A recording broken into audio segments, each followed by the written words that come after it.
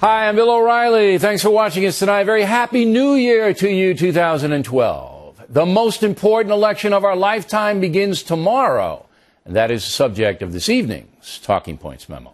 The Iowa caucus is important because the Republican field is not well defined. Voters are still trying to get a handle on the candidates. In fact, polls say that 41% of Iowans who will cast Republican votes still undecided, an astounding statistic, with the vote less than 24 hours away. So let's take a hard look at the candidates tonight.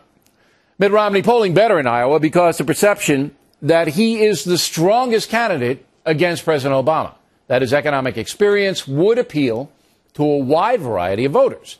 The factor expects Governor Romney to do well tomorrow. Newt Gingrich fading in the polls because of the beating his image is taking. There's no question the speaker knows enough to be president, but his past frightened some voters. We do not expect Mr. Gingrich to finish in the top three tomorrow.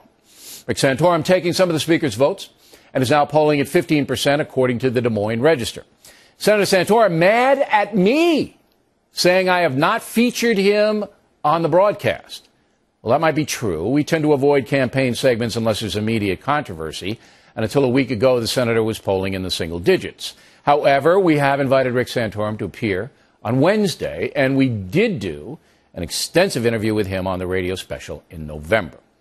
Rick Perry continues to poll just above 10%, but is campaigning ferociously in Iowa and could surprise.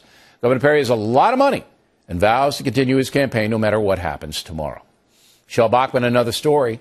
Congresswoman must do well in Iowa to continue because she's out of money. All the polls say Mrs. Bachmann is not in good shape. And that leaves our pal Ron Paul, who is polling well in Iowa and who could win the caucus tomorrow. But even if the congressman does do well, he will not be the Republican nominee because his positions on many issues are simply outlandish. Here's what you need to know about Ron Paul. He has spent 23 years in Congress, and only one of his proposed bills has been signed into law. 23 years, one law. And over that time period, Mr. Paul has sponsored 620 pieces of legislation. Again, only one was passed, the sale of the old U.S. Customs House to the Galveston Historical Foundation. Not exactly a front-page event. Now, those who support Ron Paul are generally angry with the federal government. They want a total overhaul. And you know what? I don't blame them. The federal government is a disaster. With a $15 trillion debt, the feds are putting all of us in danger. But Ron Paul, with his soft approach to Iran, his gold standard madness, and other extreme positions, is not going to be nominated by the Republican Party simply because President Obama would beat Mr. Paul by a colossal margin. Hello, Barry Goldwater. So there you have it.